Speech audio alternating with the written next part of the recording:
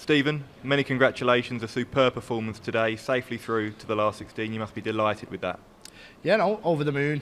I've just looked at the stats there, 100 average. But just to get a win on that stage against one of my good friends, Madars Razma. We sit together on the Pro Tour, so it was really difficult for me to find the fight, to be honest. But I was able to do so, and I'm really happy with the performance. You mentioned the ton plus average here. We've seen some of the bigger names struggle a little bit. Does that send out a bit of a statement today? I couldn't care less what the others are doing, to be honest with you. It's all about me, innit? The Bunting Bandwagon. You look at the fan base, it's unbelievable. My social media is just flying up, and when you listen to that crowd tonight, that was, yeah, listen, we done the walk on, and then it was like a second chorus into the walk on. I was crying on the walk on, it was that emotional. So maybe I need to rein it in a tiny bit. Maybe not get so invested in the walk on, but yeah, it's a special place to play here in the Ali Pally, and obviously to have your family here, your manager here, your family watching at home, and to get a win, it's special.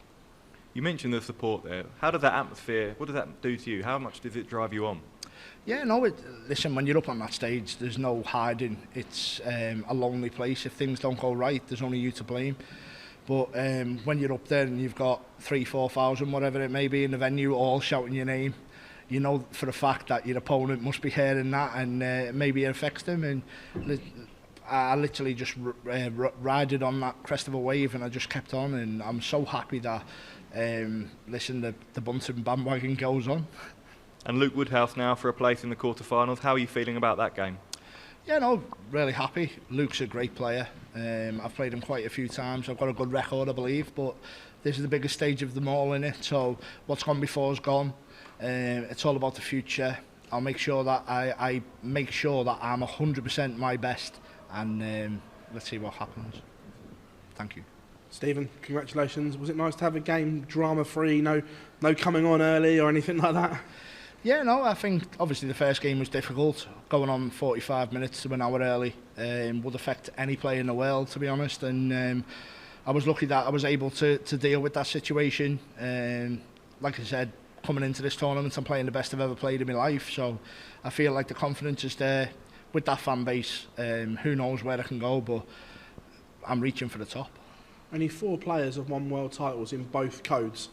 The way you're playing, what would it mean to join that elite group to win it in both? It'd be massive. Obviously, when I first come over to the PDC and I was having that great run, the first ever year, and people said, oh, you could win the BDO and the PDC in the same year. That would have been special. But listen, to win any world title is always special, and the BDO title will always sit fondly in my memory. But if I can add this title to that class, I'd be really happy. I know I've definitely got the game to do it, but there's still a few hurdles to jump. But I'm prepared to jump them, and like you said, I'm playing the best I've ever played. I still felt a bit nervous tonight, which gives me a lot of confidence going into the next game, because I still feel like I've got more levels to give, and I don't feel like I played my best. But like I said, that gives me a lot of confidence. I know you said you don't care what the others are doing, but do you think the others will be paying attention to you? I don't care. Yeah, if they are, then happy days. I'm doing something right, aren't I? Like I said, I'd be stupid to take my eye off the ball. I need to be 100% focused on what I'm doing. It doesn't matter what anyone else does. It's all about me. Same at Liverpool Football Club, innit? Why worry about all the others? Because we're 27 points ahead. Stephen, big well done. You managed to rally sort of late on when Razma did come back at you. How pleased are you with the mental resolve towards the end of that match? Yeah, no, like I said, Madars is a really good friend, and it was always going to be a difficult game. We sit together on the Pro Tour, and we always speak to each other. My manager always seems to put a picture on when we do the social media, and they're always like pretty glum, the pictures he puts on my opponents. And I seen Madars comment and said he weren't happy with the picture. So yeah, that was 1-0. But listen, I love Madars to bits. I think he's a fantastic guy, brilliant player, and he's still got a massive future. But thankfully I got over that line, and yeah, I look forward to my next game now. You're only the 4th player to a ton plus average at this year's tournament. Why do you think the players are struggling so much to reach the expectations that we've seen throughout the year? maybe they're caught up in the Bunting mental wonderland. Hopefully they're all choking. Hopefully no one else hits 100 average and I can keep doing what I'm doing and I'll win the title, won't I? But listen, like I said, it's not about what anyone else does, it's about what I do. And if I keep continuing to play the way I am, I'm going to be in people's conversations. That's 100% true. But I've got to remain focused. I've got to keep my feet on the ground. I've got a lovely family behind me. I've got great management. And listen, I'm emotional because it's the best tournament in the world where you want to play your best darts. And to have 100 average, you just said there's 4 people who've done it so far this year. That's unbelievable, and hopefully I can continue to do that. Stephen, when the draw was made for this tournament, are you the sort of guy who sort of plots a potential route to the quarters or the semis or the final?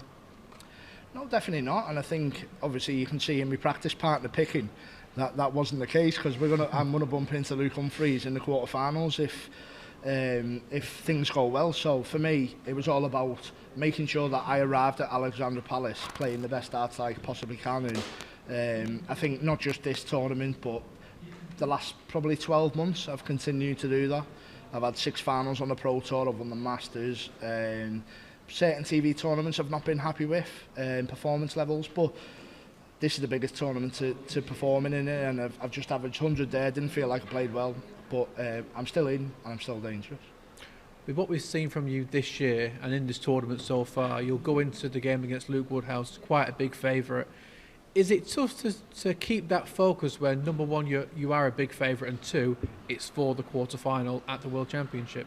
No, I think that focuses you even more because you're expected to win. And listen, Luke Woodhouse is no pushover. He's played fantastic. He's just beat Damon Heta there, and Damon's threw a 9-darter at him, and yeah, for whatever reason he got over the line. But listen, I'm under no illusions. I need to play my best game to win that game, and yeah, I'm prepared to do it. I'm prepared to put the hours in now. I'll go home tonight if I'm on the 30th. If I'm on 29th, then obviously I'll probably stay. But yeah, hopefully I can have a day at home, make sure that I'm 100% ready, and I'll be ready for the next game. Brilliant. Thanks, Stephen. Well done. Thank you. Steve called 14 seeds, all lost in the second round.